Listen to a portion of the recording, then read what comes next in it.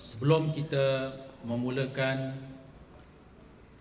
majlis perbincangan diskusi pada petang ini, marilah sama-sama kita memohon keberkatan daripada Allah dengan sama-sama membaca surah Al-Fatihah.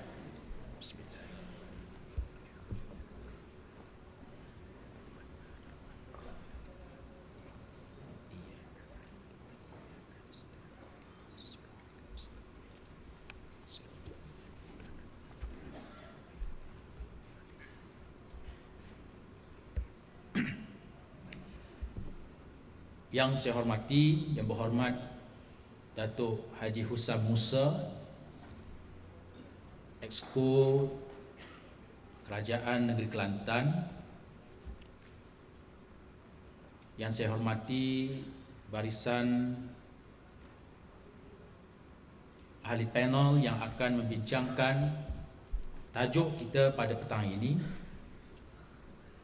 iaitu yang pertamanya Encik Hairul Nizam, yang merupakan ahli lembaga pengarah Koperasi Pekerja Shell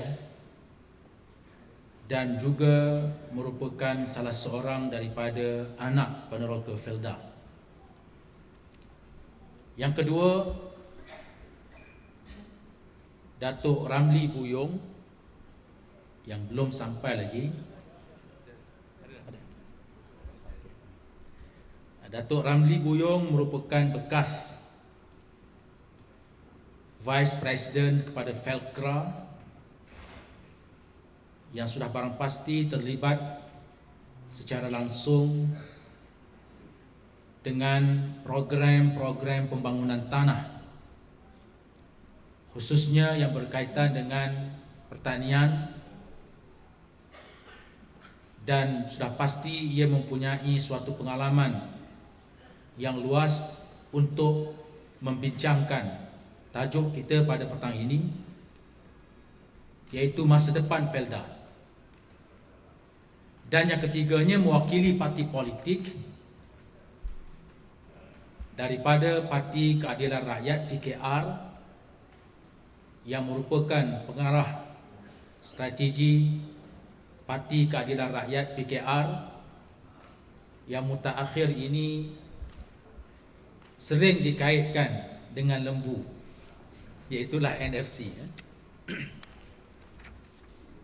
Jadi saya tidak mahu untuk melengahkan masa, memberi ruang yang secukupnya kepada ahli-ahli panel untuk mengupas tentang tajuk yang berkaitan dengan masa depan dan hala tuju Felda. Setelah kita melihat sebelum ini, kita mengkritik langkah-langkah yang diambil oleh pihak pengurusan tertinggi Felda khususnya untuk antara lain melakukan penyeneraian Felda di pasaran saham terbuka, dan kita tahu bahawa ia memberi suatu risiko yang besar kepada masa depan Felda. Mereka yang terlibat dengan usaha-usaha penyeneraian ini termasuklah beberapa orang yang dilihat begitu rapat dengan Perdana Menteri, iaitu daripada ITOS, suatu organisasi yang turut terlibat dalam menasihati Perdana Menteri berhubung dengan penstrukturan Petronas, dan beberapa lagi usaha yang dilakukan, termasuklah apa yang dilakukan di Johor sehingga berlakunya usaha untuk menjual KFC Holding yang berada di bawah Johor Corporation, dan ITOS ini terlibat secara langsung, dan saya mendapat maklumat mereka juga terlibat secara langsung dalam usaha untuk melakukan penyeneraian Felda ini. Oleh sebab itu, forum ataupun diskusi kita pada petang ini, kita akan melihat secara secukupnya, ingredient ataupun ramuannya cukup, harapan anak peneroka Felda yang sekarang sudah merupakan salah seorang daripada yang berjaya dalam dunia pekerjaannya, kerjayanya, termasuklah berkaitan dengan syarikat antarabangsa, bekas pegawai kerajaan yang juga terlibat secara langsung dengan program-program pembangunan, dan juga ahli politik yang mempunyai rancangan dan masa depan untuk ditawarkan kepada peneroka Felda. Maka kita mempunyai ramuan yang cukup pada petang ini untuk membincangkan masa depan dan juga hala tuju Felda.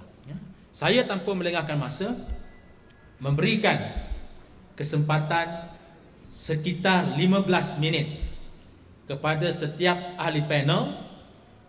15 minit itu termasuklah mungkin ada masa-masa kecederaannya. Jadi 15 minit cuba disimpulkan apakah pandangan ahli-ahli panel terhadap masa depan dan juga hala tuju Felda. Dan selepas itu, seperti mana yang dijanjikan oleh organisasi program, kita akan membuka kepada soal jawab, termasuklah soal jawab persoalan-persoalan yang telah ditangguhkan dalam sesi sebelumnya. Saya tanpa melengahkan masa menjemput saudara Hairul Nizam untuk memberikan kupasannya. Silakan.